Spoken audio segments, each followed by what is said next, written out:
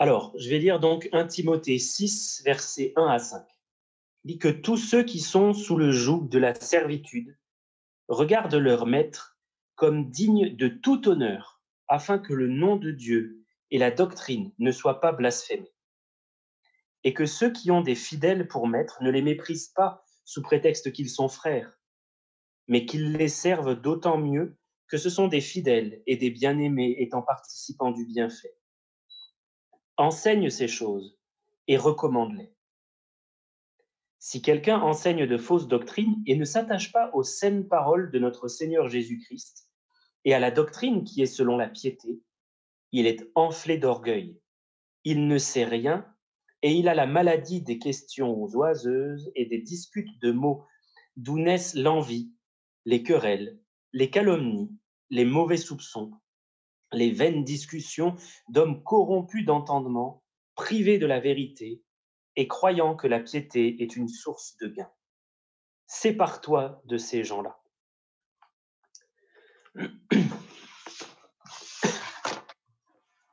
Donc voilà pour la lecture. Alors, je vous demande juste un tout petit instant.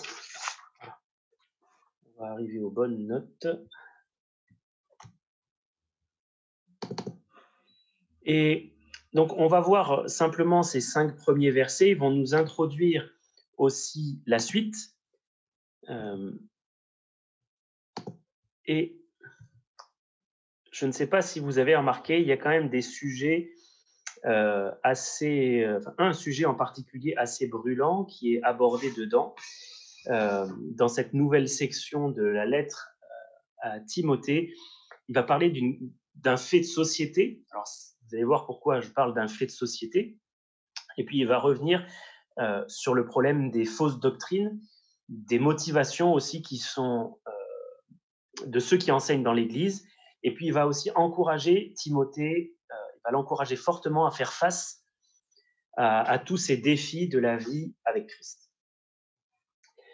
Et donc, la première chose dont il est question dans ces versets, c'est de la servitude, c'est-à-dire l'esclavage, puisqu'il dit que tous ceux qui sont sous le joug de la servitude regardent leur maître comme digne de tout honneur, afin que le nom de Dieu et la doctrine ne soient pas blasphémés.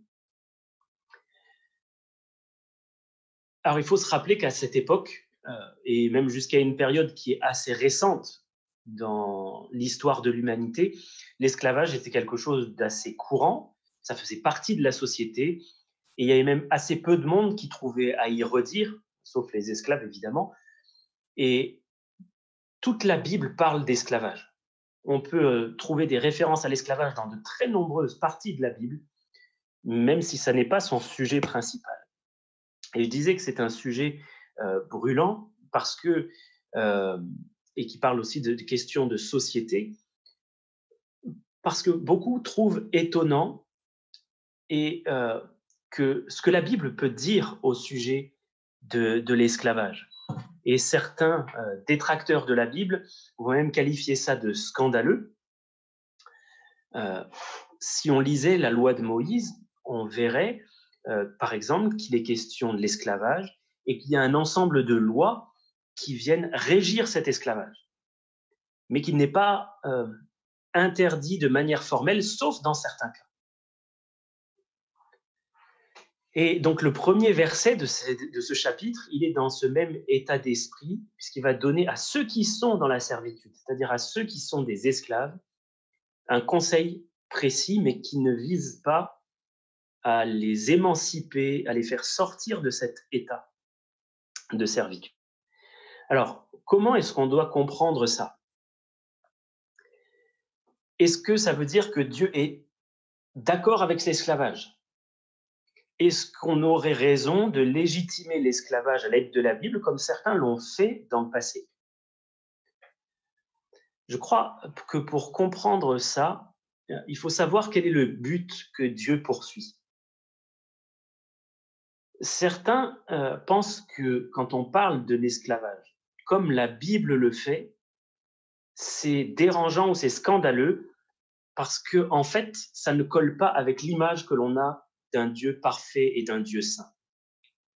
On s'imagine que si Dieu est parfait et qu'il est saint, alors il doit manifester une réprobation entière, totale, sans aucune ambiguïté à propos de l'esclavage. Et quand on lit les versets qui traitent de l'esclavage dans la Bible, on se retrouve face à quelque chose qui ne colle pas forcément à cette image que l'on peut se faire. Si on pense que Dieu a pour objectif d'instaurer sur la terre une société parfaite, on se trompe. Ce n'est pas du tout l'objectif que Dieu poursuit. Et c'est pour ça qu'on ne va pas trouver cette réprobation absolument formelle de l'esclavage, même si on va trouver quand même des versets qui vont dans ce sens. Donc Dieu n'a pas pour but d'instaurer une société parfaite, mais quel est son but? Dieu cherche avant tout à réformer des cœurs. Depuis que le péché est entré dans le monde, le Seigneur cherche à restaurer des individus et il veut transformer leur cœur. Et les lois qui cadrent une société, elles ne transforment personne. D'ailleurs, c'est ce qu'on voit dans notre monde actuel, c'est l'erreur que commettent beaucoup de nos autorités aujourd'hui, parce qu'elles pensent qu'en créant des lois, le monde sera meilleur. Alors, on essaye de légiférer sur l'orthographe, par exemple, dans le domaine du droit des femmes, en pensant que parce qu'on va réformer la façon d'écrire à l'aide de lois, le cœur des hommes va changer et mieux considérer les femmes, parce qu'on aura féminisé certains noms de métiers ou qu'on aura utilisé l'écriture inclusive. Mais ce n'est pas ça qui change notre cœur. Interdire la violence n'a jamais empêché personne de frapper son prochain. Interdire la drogue, ça n'empêche pas non plus les gens de se droguer. Si le cœur n'est pas véritablement transformé, en fait, la Bible nous montre qu'il n'y a rien qui change vraiment. Et je voulais vous montrer un exemple très concret. Si vous voulez regarder dans vos Bibles, dans Apocalypse chapitre 20, les versets 7 et 8, ces versets-là, ils parlent du millénium. C'est-à-dire qu'à un moment, le Seigneur Jésus va revenir, il va enlever son Église, et à un autre moment, il va revenir régner sur la terre pendant 1000 ans avec ceux qui l'auront servi. Et le diable sera enfermé pendant tout ce temps-là. C'est-à-dire qu'il ne pourra pas influencer le monde pendant ces 1000 ans. Mais qu'est-ce qui va se passer quand Satan sera relâché? Eh bien, dans la mesure où le cœur des hommes n'aura pas été changé, on lit, et c'est les versets 7 et 8 d'Apocalypse 20, quand les 1000 ans seront accomplis, Satan sera relâché de sa prison. Il sortira pour séduire les nations qui sont aux quatre coins de la terre, Gog et Magog, afin de les rassembler pour la guerre. Leur nombre est comme le sable de la mer. Et on voit qu'il y aura un soulèvement général, un soulèvement mondial, parce que le cœur des hommes n'aura pas été changé, transformé. Voilà. Même s'ils auront vécu pendant 1000 ans sous la houlette du Seigneur, qui aura imposé sa loi sur la terre. Voilà. Des lois, ça ne sert à rien. Voilà pourquoi le Seigneur ne légifère pas, si on peut dire, de manière drastique contre l'esclavage. Par contre, et ça c'est intéressant, si vous voulez regarder Jean 8, verset 34, on voit qu'il y a une forme d'esclavage que Dieu désire vraiment éliminer. Et Jean 8, 34, c'est le Seigneur Jésus qui dit « En vérité, je vous le dis », il réplique à Jésus, « quiconque se livre au péché est esclave du péché. » Donc le Seigneur veut délivrer l'homme de l'esclavage du péché. Et il dit même à la suite, l'esclave ne demeure pas toujours dans la maison, le Fils y demeure toujours.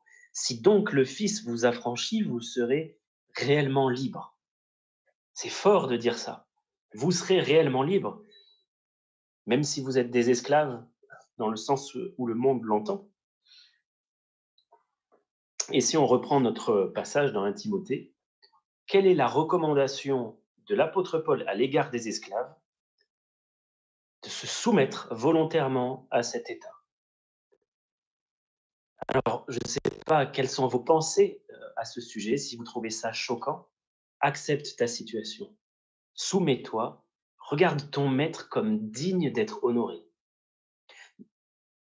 Quelque part, il y a quelque chose de très désarmant quand on sert Dieu de cette manière. Parce que finalement, on considère que c'est de Dieu qu'on est l'esclave. On reconnaît que c'est Dieu qui est totalement souverain dans notre vie. Et alors, c'est assez difficile, je pense, pour nous de nous mettre dans la peau d'un esclave parce que ça fait suffisamment longtemps que l'esclavage a été éradiqué de notre société pour qu'on ait perdu la notion. Aujourd'hui, on est dans une société où on a des droits et où on a le droit de les revendiquer, ces droits. On ne s'en prive pas, souvent. Mais un esclave n'avait aucun droit. Pas le droit de vote, pas le droit des vacances. Il avait le droit de se lever le matin, de se coucher le soir, éventuellement de manger ce qu'on lui donnait à manger, et entre-temps, il devait travailler sans pouvoir faire valoir aucun droit. Et ça, c'est difficile pour nous d'imaginer ça dans notre société qui est ultra permissive. Mais cet esclave, finalement, cet esclave chrétien, il était appelé à faire de Dieu sa joie, pas de son état. C'était pas son état d'homme libre ou d'homme dans la servitude qui devait lui procurer de la joie, mais c'était Dieu lui-même, le fait qu'il ait été affranchi par Dieu, finalement. Et regardez la fin de ce verset 1. On voit que celui qui accepte, il doit regarder son maître comme digne de tout honneur. Pourquoi? Pour que Dieu et la doctrine ne soient pas blasphémés. On voit que même dans une situation qu'on pourrait qualifier d'extrême, aujourd'hui, on ne s'imagine pas être réduit en esclavage. Ça pourrait arriver, et ça arrive encore dans certaines parties du monde. Mais regarder son maître comme étant digne de tout honneur, simplement pour que Dieu ne soit pas blasphémé, parce que notre rébellion, même dans un cas extrême comme celui-là, blasphème le nom de Dieu. Le fait de mépriser celui que Dieu a placé au-dessus de nous, finalement, c'est blasphémer Dieu. Et c'est blasphémer la doctrine, c'est ne pas reconnaître que Dieu est souverain. Alors, j'ai trouvé ça assez fort quand même en l'étudiant, de dire oui, même dans cet état extrême, la Bible nous appelle à la soumission, à la douceur. Mais je veux quand même dire que Dieu n'est pas favorable à l'esclavage. On peut même dire que c'est quelque chose qui lui déplaît parce qu'il a lui-même délivré son peuple de la servitude. Alors, je voudrais qu'on regarde ensemble 3 passages. Le premier, dans Ésaïe 58, verset 6.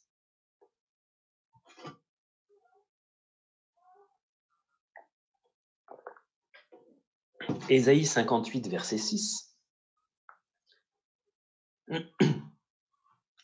C'est Dieu lui-même qui s'adresse à son peuple au sein duquel il y avait de l'esclavage. Et il dit à son peuple, « Voici le jeûne auquel je prends plaisir. Détache les liens de la méchanceté, dénoue les liens de la servitude, renvoie libres les opprimés et que l'on rompe toute espèce de joug. » Dieu voulait que son peuple ne soit pas un peuple d'oppresseurs. Il ne voulait pas que ce soit un peuple d'esclavagistes. Il voulait de la bonté de Dieu et de la douceur au sein de son peuple. Le deuxième passage, c'est dans Deutéronome 23. Deutéronome 23, les versets 15 et 16. Et le suivant sera dans Deutéronome 24.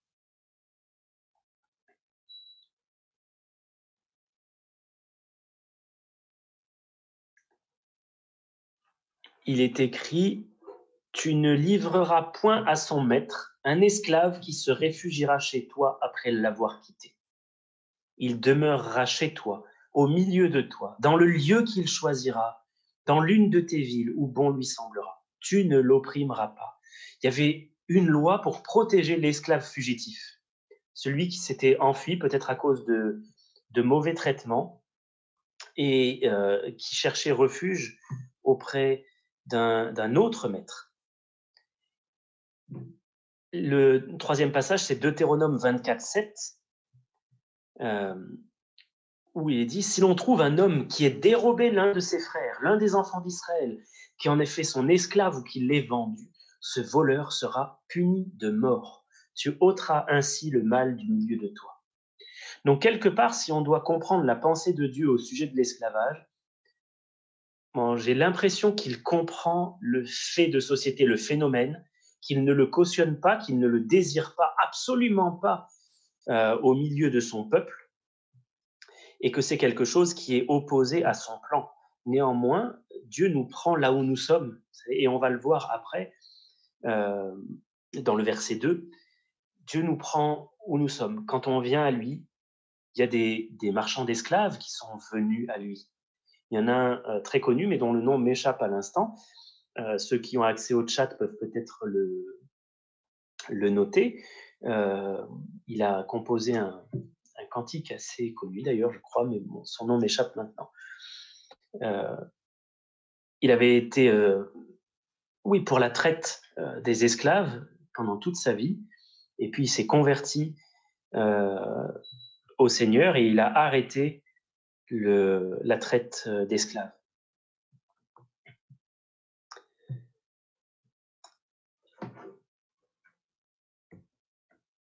Alors, on voit que d'un côté, Dieu n'est pas favorable à l'esclavage, mais que d'un autre côté, il n'est jamais non plus favorable à la rébellion pour se sortir de ça.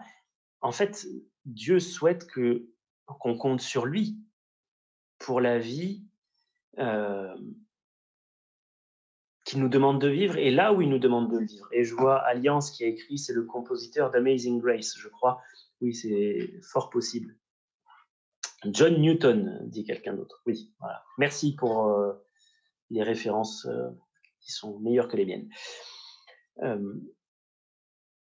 Regardez dans 1 Corinthiens 7. Dans 1 Corinthiens 7, versets 21 et 23,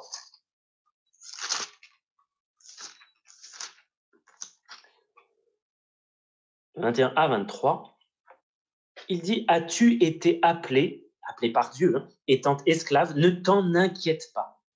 Mais si tu peux devenir libre, profites-en plutôt. Car l'esclave qui a été appelé dans le Seigneur est un affranchi du Seigneur. De même, l'homme libre qui a été appelé est un esclave de Christ. Vous avez été rachetés à un grand prix. » Voilà. On voit, là, c'est quelque chose de très fort. Même si tu es esclave, ne t'en inquiète pas. C'est sûr que si tu as la possibilité de devenir libre, évidemment, profites-en. Mais voilà, l'homme libre qui a été appelé est un esclave de Christ, mais l'esclave qui a été appelé, c'est un affranchi du Seigneur. Voilà comment on est appelé à se considérer, nous, qui sommes libres, entre guillemets, on est appelé à se considérer comme des esclaves du Seigneur.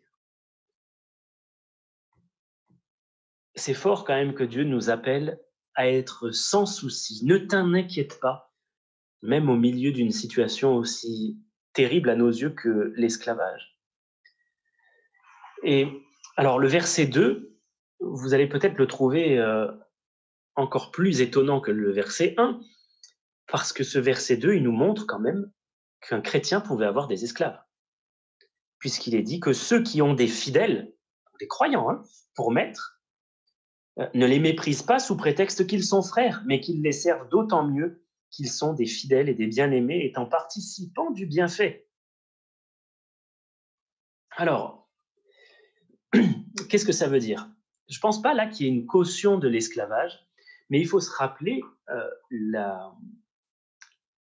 à quel point l'esclavage était quelque chose d'extrêmement important dans la société de l'époque. Il y avait quelque chose comme 30% de la population qui était esclave. Donc c'était l'économie de l'époque qui reposait sur cette main-d'œuvre, et tout le monde, ou presque, avait un esclave. Alors, on comprend assez naturellement le sentiment qui pouvait naître dans le cœur esclave converti à Jésus-Christ et dont le maître était aussi converti à Jésus-Christ. Vous pouvez dire, mais comment ça, il connaît la bonté du Seigneur et il ne m'affranchit pas? Et il pouvait se dire, oui, mais il y a écrit, il n'y a plus ni esclave ni libre en Jésus-Christ. Pourquoi est-ce que ce maître qui connaît le Seigneur aussi ne me délivre pas, ne me rend pas libre? Mais on voit que là encore, la Bible recommande la soumission en toutes choses aux autorités, tant qu'elles ne demandent pas une désobéissance claire aux enseignements divins. Alors, ça signifie comment l'appliquer à nos vies, pour nous aujourd'hui, où nous vivons dans une société où l'esclavage a été aboli depuis assez longtemps. Alors, on n'a pas de maître, mais on a des patrons. On a des supérieurs hiérarchiques et on doit y être soumis. Et j'ai même envie de dire qu'on doit y être soumis de bon cœur. Regardez Colossiens 3, verset 23. Colossiens 3, 23, et même 24 d'ailleurs, dit « Tout ce que vous faites, faites-le de bon cœur, comme pour le Seigneur, et non pour des hommes, sachant que vous recevrez du Seigneur l'héritage pour récompense. Servez Christ le Seigneur. Dans mon travail, quelles qu'en soient les conditions, je suis appelé à servir Christ le Seigneur, même dans des conditions difficiles. » Alors je trouve quand même que ces versets qui nous parlent d'esclavage, ils m'ont fait beaucoup relativiser ce qu'on voit, ce qu'on entend aujourd'hui sur les conditions de travail dans notre société. Alors, je ne veux pas dire que tout est beau, tout est rose, loin de là, c'est pas vrai. Tant qu'on sera dans un monde pécheur, le travail sera pénible et on pourra avoir des supérieurs hiérarchiques, des patrons, des chefs pénibles. Et on pourra soi-même être un employé pénible ou un chef pénible. Mais ça fait quand même relativiser de se dire qu'on n'est pas aujourd'hui dans un monde, dans une société en France, où l'esclavage est une chose courante. On a de nombreux droits qui peut-être ont rendu beaucoup dans notre société assez capricieux. Si vous voulez bien, on va passer au verset suivant, des versets 3 à 5, qui sont une mise en garde contre les faux docteurs. On en a vu déjà un certain nombre de mises en garde contre les faux docteurs dans cet épître. Je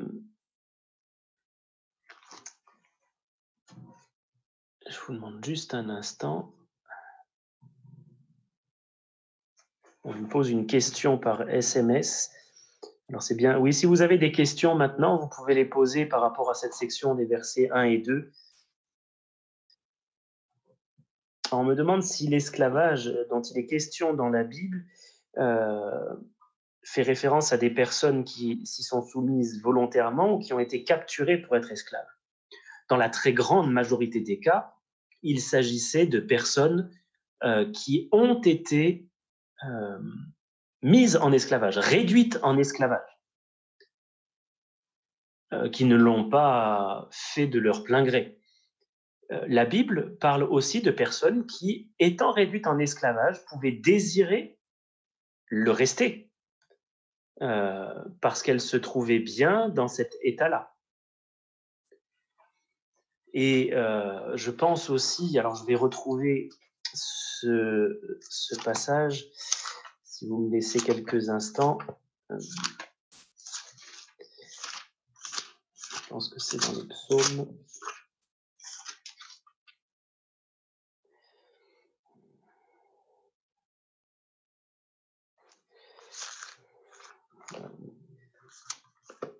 Il était question d'un esclave, alors je ne retrouve pas, j'avais une autre référence parallèle en tête. Je vais essayer de la trouver si vous me laissez un tout petit instant. L'esclave qui voulait rester chez son maître, eh bien, qu'est-ce qu'il avait à faire? Il devait aller avec son maître près du poteau ou de la porte de la maison. Voilà, c'est dans Exode 21, verset 6.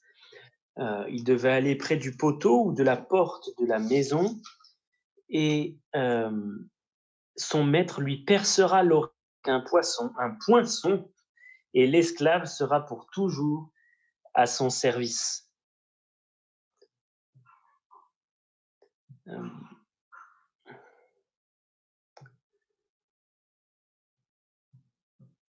Voilà. Donc on voit qu'il était possible dans la société hébraïque de vouloir rester volontairement en esclavage. Et si je pensais au psaume 40, parce que dans le psaume 40, on voit cette parole, il est écrit dans nos Bibles, on voit la traduction « tu m'as ouvert les oreilles », mais on peut traduire aussi par « tu m'as percé l'oreille », tu m'as percé les oreilles, et on voit que c'est le Seigneur Jésus qui parle finalement, puisqu'il dit « je viens, ô Dieu, pour faire ta volonté ». Donc on voit c'est le Seigneur Jésus aussi qui s'est lui-même soumis volontairement comme un esclave, puisqu'il a accepté la condition d'un homme, et même après s'être abaissé à la condition d'un homme, il a accepté la condition d'un esclave, d'un serviteur, resté au service de Dieu. J'ai reçu une deuxième question. Alors, on me dit quelle est la position de Dieu par rapport à l'esclavage. Dieu ne cautionne pas l'esclavage. Il ne souhaite pas que quiconque soit réduit en esclavage. Néanmoins, Dieu nous prend là où nous sommes. Et il y a des personnes qui se sont converties à Dieu étant des esclavagistes. Dieu sait aussi que des économies ont reposé sur l'esclavage. Et Dieu n'est pas là pour changer notre société, il est là pour changer nos cœurs. Il est là pour changer le cœur de l'esclave, pour qu'il soit soumis à son maître, comme il le serait à Dieu. Et il est là aussi pour changer le cœur du maître, pour qu'il soit soumis à Dieu et qu'il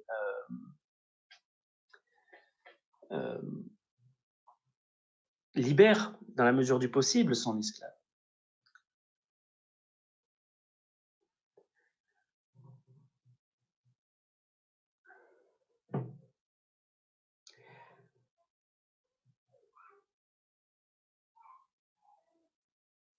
Alors, on va passer donc au verset suivant. Donc, cette mise en garde contre les faux docteurs, on en a déjà vu plusieurs dans cette épître à Timothée. C'était quelque chose qui visiblement préoccupait beaucoup l'apôtre Paul. Qu'il puisse y avoir de fausses doctrines qui se répandent dans l'Église était vraiment un souci constant pour lui. Et on voit aujourd'hui, peut-être plus que jamais, que l'Église de Jésus-Christ fait face à des faux docteurs, à des enseignements erronés concernant la Bible. Et j'y reviendrai après à ce que je voulais dire, mais il y a plusieurs facteurs qui amènent ces fausses doctrines à s'infiltrer dans l'Église. D'une part, il y a l'ennemi qui cherche à infiltrer l'Église, à détruire son enseignement, en particulier les enseignements qui concernent Jésus, parce qu'il va tout faire pour saper les bases de l'Évangile. À partir du moment où ces bases ne sont plus là, il n'y a plus de véritable Église, les chrétiens ne sont plus là, ils ne sont plus édifiés et ils ne peuvent plus avancer. La deuxième chose qui fait que l'Église actuelle court des risques par rapport à ces faux docteurs, c'est de manière assez générale, je ne vise personne, mais le peu d'entrain que les chrétiens ont pour une lecture personnelle, régulière et rigoureuse de la Bible. Alors, je pense que pour la plupart, nous qui sommes là, réunis ce soir, on a une lecture qui, si elle n'est pas quotidienne, est au moins régulière. On a eu, pour beaucoup, un enseignement que je pense être solide, mais ne négligeons pas l'étude personnelle de la Bible, une lecture régulière, une lecture rigoureuse, une étude réellement. Et vous savez, je mets des méditations en ligne tous les jours. Dieu voulant, d'autres frères vont m'apporter de l'aide. Et je pense que c'est une bonne chose. Si vous vous documentez aussi sur la Bible, si vous écoutez des prédications, si vous cherchez des informations sur la Bible, c'est une bonne chose et je vous y encourage vraiment. Mais rien ne doit remplacer une lecture de la Bible qu'on fait pour soi. Et même si je considère que c'est de mon devoir d'apporter une nourriture spirituelle qui soit saine, qui soit sainte pour le troupeau de Dieu, le troupeau dont je fais partie. C'est aussi mon devoir d'encourager chacun à lire la Bible et à chercher Dieu. Je pense que certaines personnes feront face à Dieu un jour et devront rendre compte de ce qu'elles auront compris par elles-mêmes de la Bible. Pas seulement de ce qu'on leur aura enseigné. On aura pu enseigner de mauvaises choses à certaines personnes, elles auront pu recevoir de mauvaises choses, mais Dieu pourra leur dire, mais toi, qu'avais-tu compris, toi, de la Bible? Qu'est-ce que tu en as compris? Et un autre des facteurs qui favorise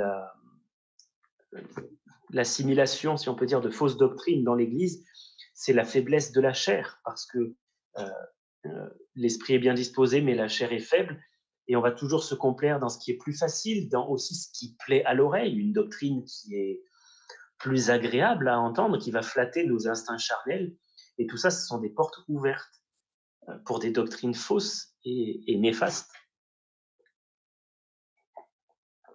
Si vous regardez notre passage là, il vise en particulier les doctrines qui s'éloignent de Jésus-Christ, puisqu'il dit si quelqu'un enseigne de fausses doctrines et ne s'attache pas aux saines paroles de notre Seigneur Jésus-Christ et à la doctrine qui est selon la piété, il est enflé d'orgueil. Donc, en particulier, les doctrines qui s'éloignent de Jésus-Christ, de ce qu'il nous a enseigné, de son alliance, de l'évangile et de la piété. Si vous vous souvenez, on a vu plusieurs fois cette question de la piété, qui est le fait d'avoir un saint attachement à Dieu, d'aimer Dieu et de le chercher. Alors, il y en a certains qui disent, oui, mais tout est permis. Mais souvent, ce verset, c'est vrai qu'il se trouve dans la Bible, hein, mais il est cité dans la Bible comme étant une excuse de certains, et il est utilisé dans la vie par certains pour excuser une vie déréglée, pour pouvoir vivre selon des instincts charnels, alors que la Bible tout entière nous encourage à la consécration, à ne pas vivre dans la recherche des plaisirs, mais à aimer Dieu. D'ailleurs, si vous voulez bien tourner la page et regarder dans 2 Timothée 3, on va regarder dans les 5 premiers versets ce qui caractérise, les travers qui caractérisent les hommes qui vivent dans les derniers temps. Il dit, sache que dans les derniers jours, il y aura des temps difficiles, car les hommes seront égoïstes, amis de l'argent, fanfarons, hautains, blasphémateurs, rebelles à leurs parents, ingrats, irréligieux, insensibles, déloyaux, calomniateurs, intempérants, cruels, ennemis des gens de bien, traîtres, emportés, enflés d'orgueil. Et j'arrive à cette expression qui a attiré mon attention, aimant le plaisir plus que Dieu. Oui, la recherche de notre propre plaisir peut être plus qu'un frein, ça peut être une destruction pour notre vie spirituelle. Oui, tout est permis, mais tout n'est pas utile. Mais quand l'apôtre Paul cite cela, il dit oui, tout est permis, ça c'est ce que vous dites, mais tout n'est pas utile. En fait, il reprend l'argument des Corinthiens, puisque c'est aux Corinthiens que c'est dit, pour le retourner contre eux et leur dire oui, mais tout n'est pas utile. Tout est permis, d'accord, mais je ne me laisserai pas asservir par quoi que ce soit. Donc, rien qui doive enchaîner le chrétien. Et là, on voit qu'aimer le plaisir plus que Dieu, ou avoir l'apparence de la piété, qui est le critère suivant,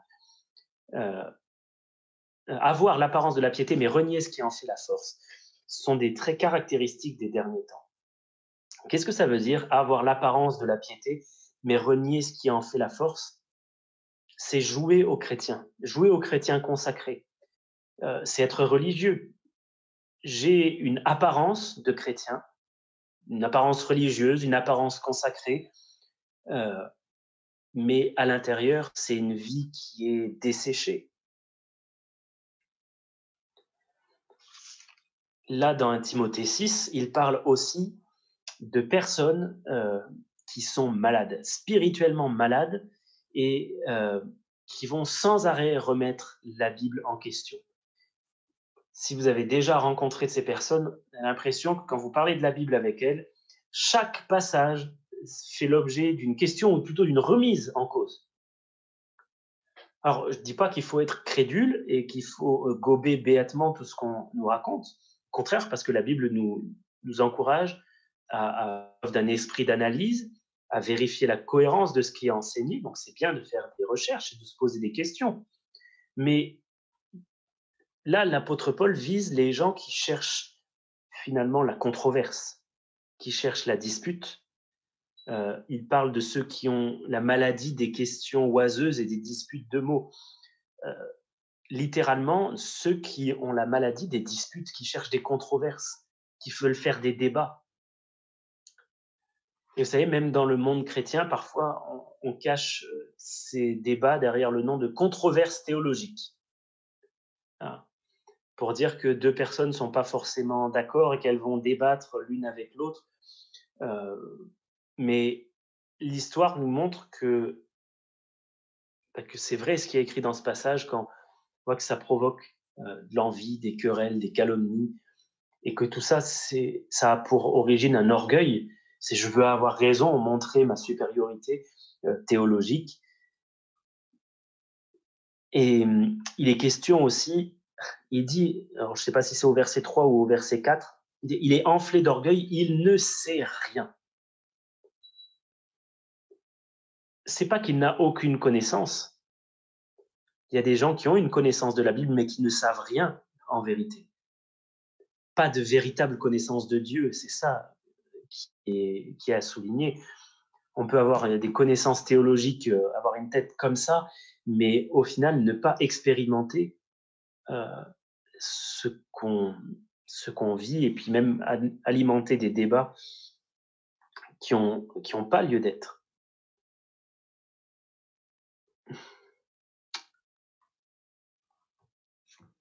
Je voudrais attirer votre attention. Alors excusez-moi, j'ai perdu le fil de mes notes. Oui, qu'est-ce que Timothée recommande de faire quand il est confronté à ce genre de personnes? Alors, je ne sais pas si vous avez tous la partie de ce verset. Moi, le verset 5 se termine par « Sépare-toi de ces gens-là ». Je sais que certaines versions omettent ce bout du verset, ce qui n'est pas très grave. Il ne se trouve pas dans tous les manuscrits. Mais ce qui est intéressant, c'est de remarquer que c'est quand même tout à fait conforme à l'idée à l'esprit de la parole de Dieu. Regardez dans Tite, chapitre 3, versets 9 à 11.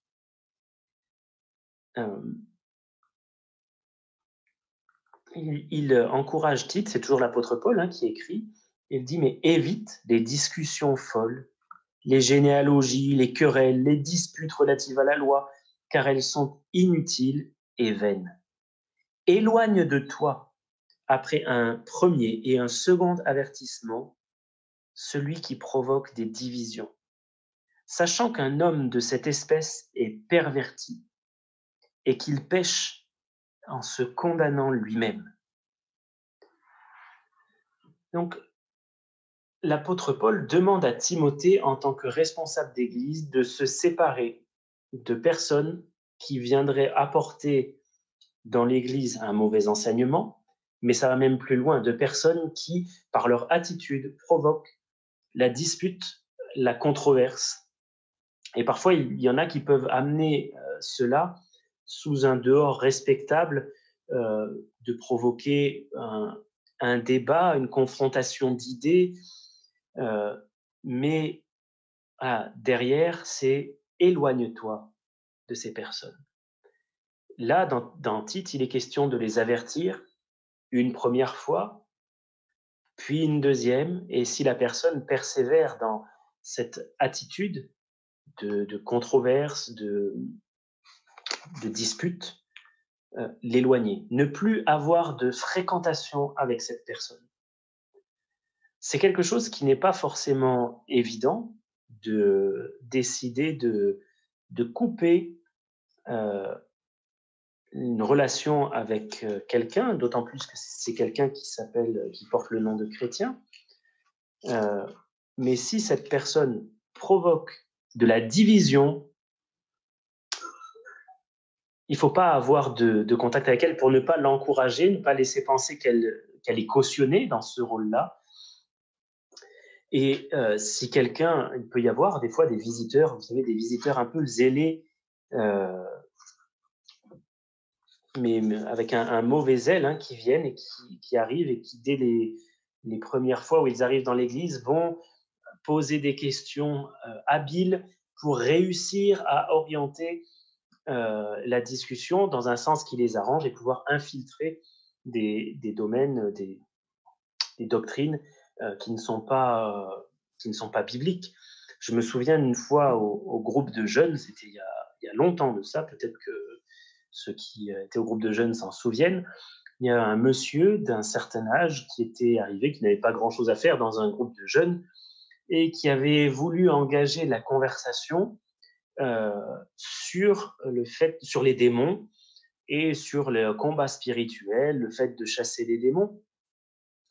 Et bon, c'était un moment un peu spécial et je me souviens avoir tremblé, ne pas savoir pas avoir su vraiment comment réagir.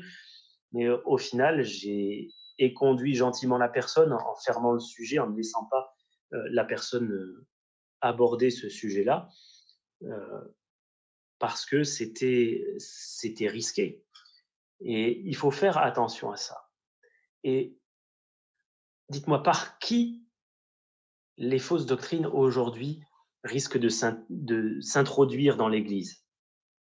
Est-ce que vous savez par qui? C'est par nous. C'est par nous. Nous, les chrétiens. Quand on va chercher de la nourriture spirituelle, et encore une fois, je ne peux qu'encourager le fait de chercher la nourriture spirituelle. Mais quand on n'a pas nécessairement le discernement et qu'on va manger à droite, à gauche, au final, on risque de tomber sur un tas de nourriture totalement indigeste spirituellement. Vous savez, si vous tapez Bible sur YouTube ou sur Google, vous allez avoir une quantité de sites totalement, je ne sais même pas comment dire, je perds mes mots, mais qui n'ont bourrés de fausses doctrines. Alors des fois, c'est tellement grossier qu'on regardait, mais parfois c'est aussi subtil, et c'est là où on peut se laisser avoir. Alors, je reçois des SMS en direct.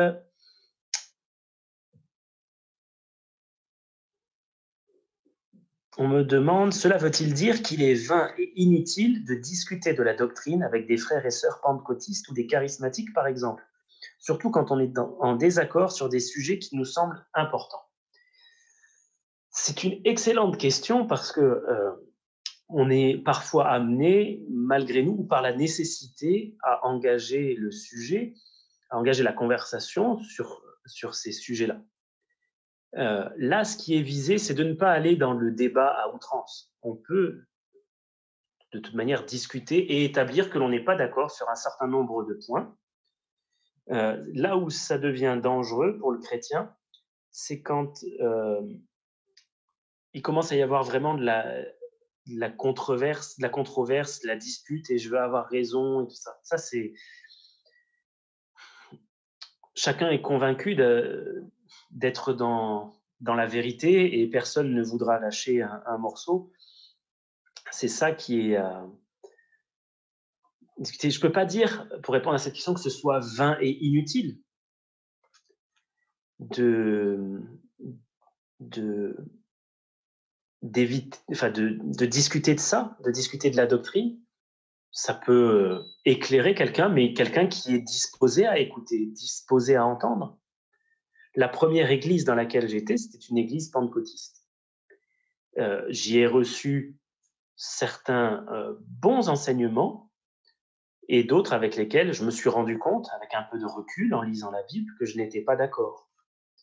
Bien, dans ce cas-là, qu'est-ce qu'on fait? La question sage, c'est d'aller voir les responsables de l'Église, en discuter avec eux, avoir une discussion dans l'amour et dire, voilà, j'ai remarqué ça, pourquoi est-ce que ça se fait comme ci, comme ça, comme certains l'ont déjà fait d'ailleurs, sont venus poser des questions, on cherchait une réponse. Après, il n'y a pas eu d'entente, ben, je ne cherche pas à aller plus loin. Voilà, c'est pas avancer. Moi, je ne veux pas aller non plus dans leur sens. Donc, j'estime avoir raison, ils estiment avoir raison. Dieu nous a appelés à vivre en paix les uns avec les autres et à ne pas afficher, en plus, à ne pas afficher au monde des désaccords montrant qui pourraient montrer que le corps de Christ n'est pas uni.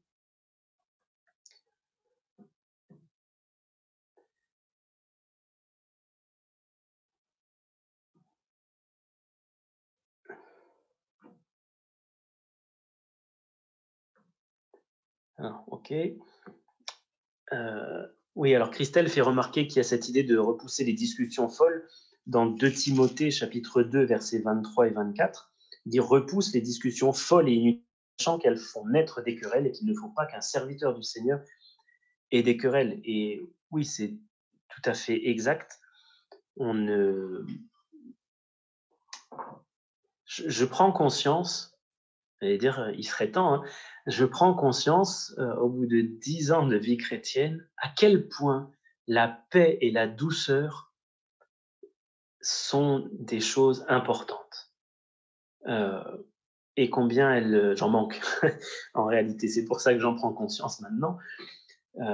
Paix et douceur. On n'est pas appelé, c'est pas notre rôle à avoir toujours raison. On n'est pas à être des artisans de paix. Heureux ceux qui procurent la paix, dit Jésus. Et c'est vraiment à ça qu'on est appelé. Parfois, on va être obligé aussi de maintenir certains points de vue, en particulier ce qui concerne la doctrine du salut. Et là, il ne peut pas y avoir de tergiversation ou de compromis. On est sauvé par Jésus-Christ seul, par la grâce seule, par la foi seule. Et j'oublie deux autres solaces. Mais voilà, ce sont des choses qui ne sont pas négociables. Après, il ne faut pas oublier que quand il s'agit de chrétiens, et j'insiste, de chrétiens authentiques, c'est-à-dire de personnes qui ont reçu l'Esprit Saint, qui sont nés de nouveau, véritablement, l'Écriture les appelle frères et sœurs. Et on n'a pas le droit de les appeler autrement. Même par supériorité théologique, même par refus de s'allier avec ceux avec lesquels on n'est pas d'accord, on n'a pas le droit de ne pas les appeler frères et sœurs s'ils le sont véritablement. Parce qu'ils le sont et on fait partie du même corps. Et ils ont certainement des domaines doctrinaux à approfondir, et peut-être que nous aussi, on a des domaines doctrinaux à approfondir. Après, quand il s'agit de personnes qui ne sont pas nées de nouveau, qui n'ont pas reçu l'Esprit Saint, et qui apportent de fausses doctrines, là, il faut couper court.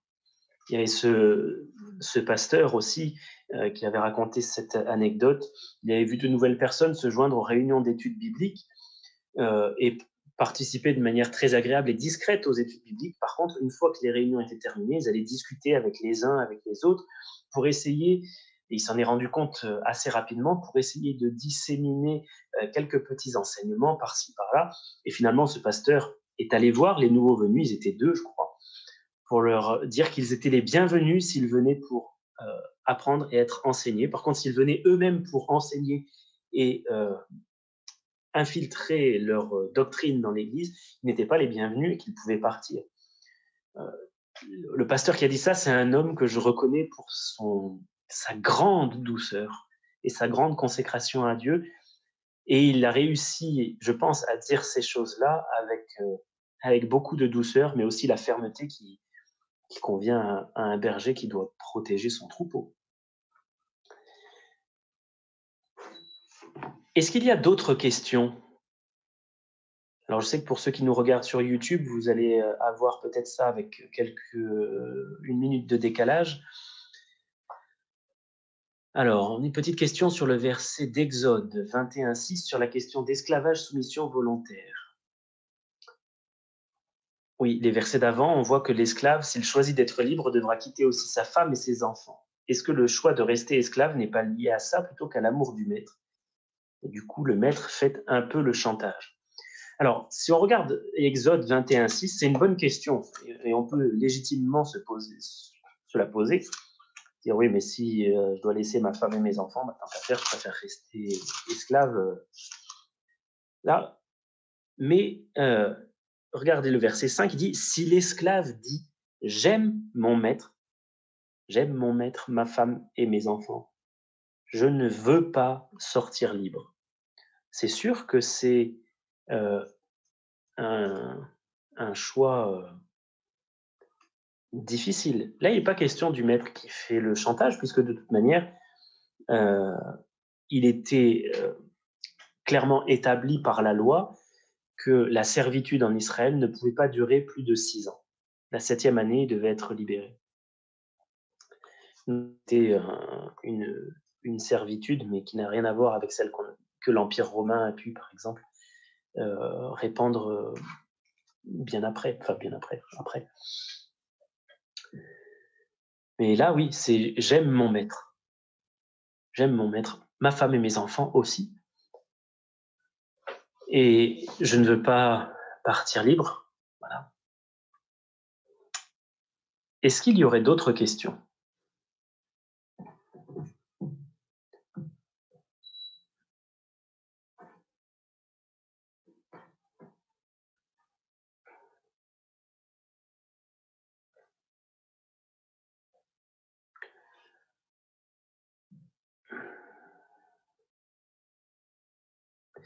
Alors, j'ai reçu un SMS, mais je n'ai pas compris la question. Je suis désolé pour ces moments de blanc, c'est la technique qui nous l'impose.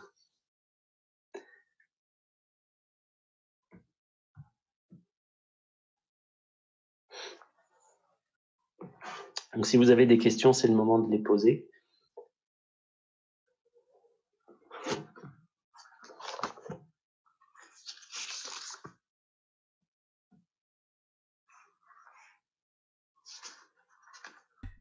Le temps que la question arrive, je voudrais juste terminer cette section de 1 Timothée 6, versets 1 à 5, en relevant 2 expressions. Il est question de personnes qui sont corrompues d'entendement.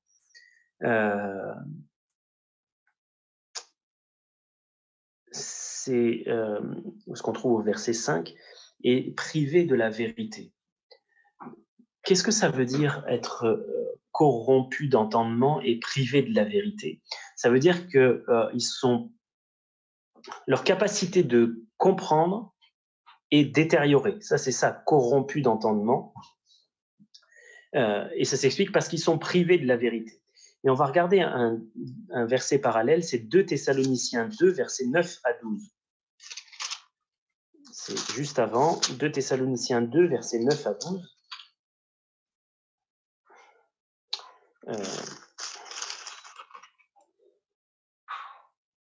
Où il est question de l'Antichrist, il dit l'apparition de cet impie se fera par la puissance de Satan, avec toutes sortes de miracles, de signes et de prodiges mensongers, avec toutes les séductions de l'iniquité pour ceux qui périssent, parce qu'ils n'ont pas reçu l'amour de la vérité pour être sauvés.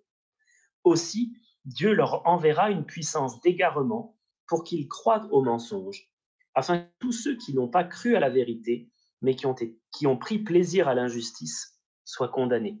Et on voit le processus, c'est je ne prends pas plaisir à la vérité, je prends plaisir plutôt à l'injustice. Donc Dieu me livre à cet état, puisque je refuse la vérité qui est mise devant moi, je n'ai pas aimé la vérité. Eh bien, Dieu me confirme dans cet état et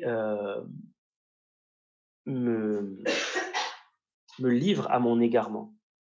Et il envoie une puissance d'égarement pour que je croie au mensonge. Donc on voit parmi ces personnes qui diffusent de fausses doctrines dans les églises,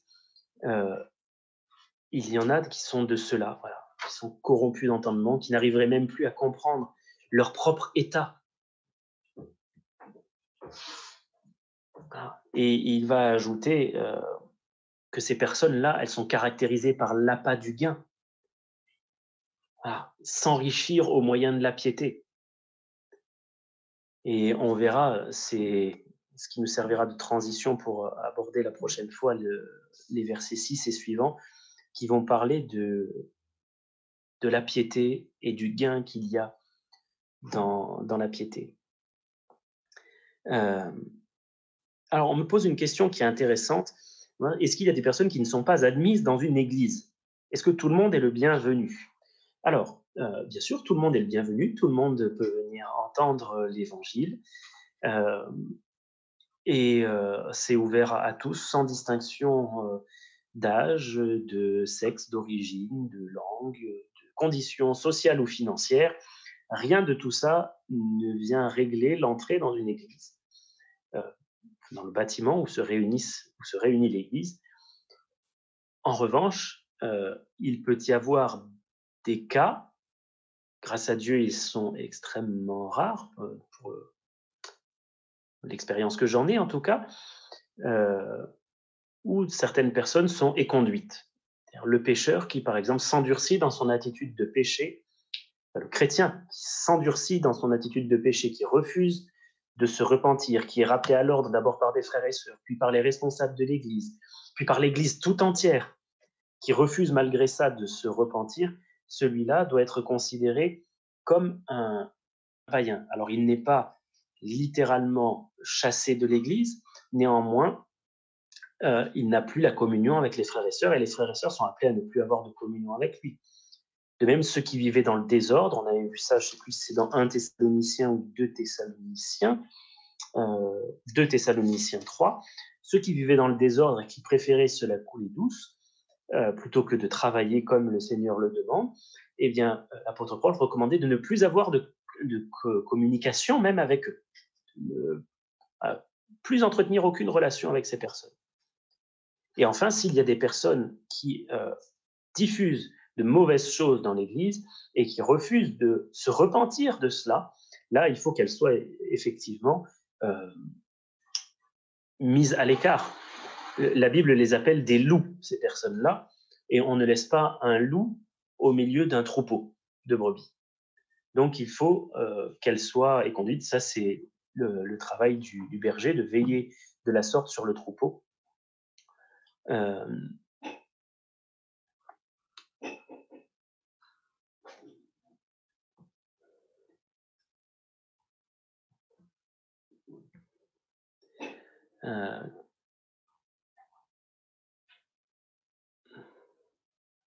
On dit quand les personnes sont celles de notre famille pour les fausses doctrines.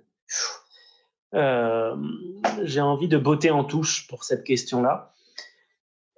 Que faire quand les personnes sont de notre propre famille et qu'elles diffusent de fausses doctrines ou qu'on n'est pas d'accord avec elles? Je n'ai personnellement pas cette expérience-là. Je pense que faut savoir faire preuve de discernement, ne pas forcément entrer dans une controverse théologique non plus, et tenir ferme sur ce qu'on sait être vrai, ce qu'on sait être juste, sans participer au péché que la fausse doctrine peut éventuellement amener. J'ai reçu encore d'autres questions. Alors, on me fait remarquer que j'ai parlé de chrétiens qui le sont véritablement et je ne peux pas savoir en tant qu'individu qui l'est réellement et qui ne l'est pas. Alors, c'est vrai que c'est une très bonne remarque. On peut parfois être dans le doute à ce sujet. Néanmoins, il y a des signes qui ne doivent pas tromper. Le Seigneur Jésus a dit qu'on reconnaît un arbre à ses fruits. Et donc, celui qui est chrétien, celui qui a reçu l'Esprit de Dieu, celui qui demeure en Jésus-Christ, porte les fruits de Christ. Parce que le fruit de l'Esprit produit certaines saveurs qui doivent être trouvées dans le caractère du chrétien, exprimées avec plus ou moins d'intensité selon la maturité, l'expérience de chaque personne, mais elles doivent se retrouver. 1 Jean dit aussi, c'est 1 Jean chapitre 3, versets 8 à 10, celui qui pêche est du diable, celui qui pêche de manière habituelle, régulière, qui n'a pas de vie de sanctification. Celui qui pêche est du diable, car le diable pêche dès le commencement. Le Fils de Dieu apparut afin de détruire les œuvres du diable. Donc si le Fils de Dieu est entré dans une vie, il détruit les œuvres du diable. Quiconque est né de Dieu ne pratique pas le péché parce que la semence de Dieu demeure en lui. Et il ne peut pécher parce qu'il est né de Dieu. Et l'apôtre Jean continue, dit, c'est par là que se font reconnaître les enfants de Dieu et les enfants du diable. Quiconque ne pratique pas la justice n'est pas de Dieu, non plus que celui qui n'aime pas son frère. Donc on a quelques critères qui nous permettent de discerner. Ça n'est pas un jugement parfaitement fiable et seul Dieu sait qui est chrétien véritablement et qui ne l'est pas. On aura certainement des surprises au jour du Seigneur. Néanmoins, on a quand même, vous savez, le Saint-Esprit en nous, je pense qu'il nous oriente quand même d'une manière assez impalpable parfois. C'est pas pas dire que ce soit un sixième sens, hein, mais je pense que ça est arrivé à un certain nombre d'entre nous de se retrouver à côté de quelqu'un, dire ah, cette personne, elle est chrétienne, sans, voilà, en la voyant vivre évidemment, pas, c'est pas du flair, hein, mais là il y a quelque chose qui sent le parfum de Jésus-Christ. Voilà. Et je pense que l'Esprit de Dieu reconnaît l'Esprit de Dieu d'une certaine manière. Donc, il y a des choses auxquelles on peut être sensible. Je me souviens, quand on était dans notre ancienne maison, on a des voisins qui ont emménagé dans notre square. Très rapidement, au bout de quelques secondes, quelques minutes de conversation, je me suis dit, oh, j'ai l'impression que ce sont des chrétiens. Et ça s'est avéré exact. Ce sont des chrétiens avec lesquels on a toujours un bon contact d'ailleurs. Donc il y a quelque chose. Alors, je crois avoir reçu encore question. Je vérifie juste une chose. Oui, on me fait remarquer que ça fait penser à Romains 14 qui dit « Faites accueil à celui qui est faible dans la foi, ne discutez pas les opinions ». Voilà, on n'est pas tous arrivés au même stade de maturité ou de connaissance. Je n'ai pas aujourd'hui les mêmes connaissances que j'avais il y a 5 ans ou il y a 10 ans, et vous non plus. Et on ne mûrit pas tous les mêmes choses en même temps, ni les mêmes connaissances, ni la même expérience. Donc il faut savoir aussi faire preuve d'amour et d'empathie, d'un certain recul pour ne pas être trop rugueux, je pense, dans nos rapports avec les autres sur les questions de doctrine. Je n'ai pas reçu de questions depuis quelques minutes. J'ai épuisé celles qui m'ont été adressées. Je pense qu'on va pouvoir couper le direct dans quelques instants, mais si vous voulez bien, on va prier avant. Je voudrais rappeler aussi à ceux qui sont sur YouTube, si vous voulez nous rejoindre la prochaine fois sur Zoom, cette application qui permet des réunions, il suffit de faire une demande à l'adresse contact au singulier @église-ris.org. Je précise, c'est église sans accent. contact@église-ris.org. Donc, n'hésitez pas si vous le souhaitez la prochaine fois. Il n'y a pas nécessairement d'application à télécharger. Parfois oui, parfois non. Je ne maîtrise pas tout à fait ça. Normalement, il y a juste un lien sur lequel il faut cliquer qui est envoyé par André pour que vous puissiez suivre la conversation. Si vous voulez bien, on va prier. Ensuite, le direct sur YouTube sera coupé et ceux qui sont sur Zoom auront le privilège de pouvoir continuer quelques minutes leur conversation. On va prier. Merci Seigneur pour la joie de se voir et de partager la parole. Je prie que tu nous aides à faire face à toute fausse doctrine qui nous a enseignée. Répands dans nos cœurs un amour plus grand pour ta parole, pour pouvoir la lire, la méditer, la connaître. Rends-nous sensibles aux erreurs. Détrompe-nous, Seigneur, s'il y a des domaines dans lesquels nous faisons fausse route, pour que nous soyons, oui, des enfants qui marchent dans la vérité. Je prie aussi, Seigneur, que tu nous bénisses dans nos rapports avec les patrons, les chefs, les supérieurs hiérarchiques et avec les employés qu'on peut avoir pour certains. Je prie que tu nous donnes d'agir comme de véritables enfants de Dieu, avec bonté, avec amour, avec grâce. Merci encore pour ces moments. Veuille bénir ta parole. Dans le nom du Seigneur Jésus-Christ. Amen.